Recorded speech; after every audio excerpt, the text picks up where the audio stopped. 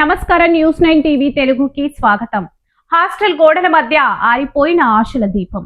ఇవాళ మన కళ్ళ ముందే ఒక గుండెను పిండేసే వార్త. కామారెడ్డి జిల్లా ఎల్లారెడ్డి నియోజకవర్గంలో బీసీ గర్ల్స్ హాస్టల్లో జరిగిన ఒక ఘోరం ఇప్పుడు రాష్ట్ర వ్యాప్తంగా సంచలనం రేపుతుంది.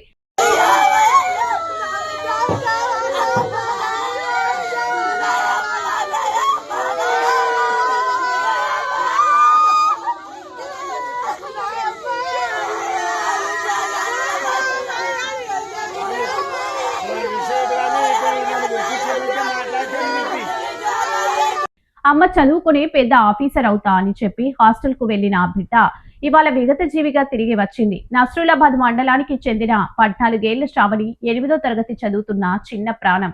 ఏమైందో ఏమో గాని రాత్రికి రాత్రే ఆ చిన్నారి ప్రాణం గాలిలో కలిసిపోయింది. గుండెపోటు అంటారా? నమ్మేటట్టు ఉందా? హాస్టల్ సిబ్బంది చెబుతున్న మాటలు వింటుంటే ఒళ్ళు మండుతుంది. 14 ఏళ్ల పసిపిల్లలకు గుండెపోటు ఏంది సార్?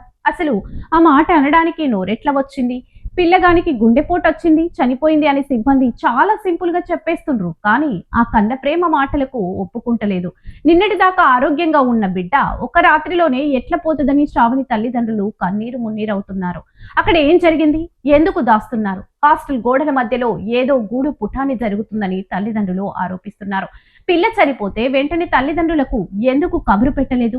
అసలు హాస్టల్లో వార్డెన్ ఏం చేస్తున్నారు? పిల్లల ఆరోగ్యం మీద నిఘా పెట్టాల్సిన బాధ్యత ఎవరిది? చదువుకోవడానికి పంపిస్తే శవాలై వస్తుంటే ఇక పేదోళ్లు తమ బిడ్డలను హాస్టళ్లకు ఎట్లా పంపించాలి?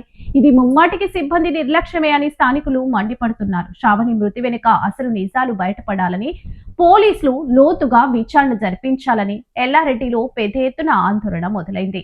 నాడు కలలు నేడు కన్నీళ్లు. ఆ తల్లేడుస్తుంటే ఊరంతా కంటతడి పెడుతుంది. మా బిడ్డకి ఏ రోగం లేదు, మంచిగున్న పిల్ల గిట్లా ఎట్లా పోతది?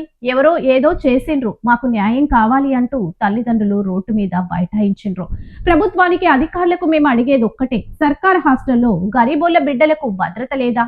పోస్ట్ మార్టం రిపోర్టు వచ్చేదాకా ఆగడం కాదు, వెంటనే బాధ్యుల మీద చర్యలు తీసుకోవాలి. శ్రావణి మృతికి కారణమైన ప్రతి ఒక్కరిని కఠినంగా శిక్షించాలి. లేకపోతే రేపు ఇంకో హాస్టల్లో ఇంకో బిడ్డ బలికాక తప్పదు. ఈ ఘటనపై మీరేమంటారు?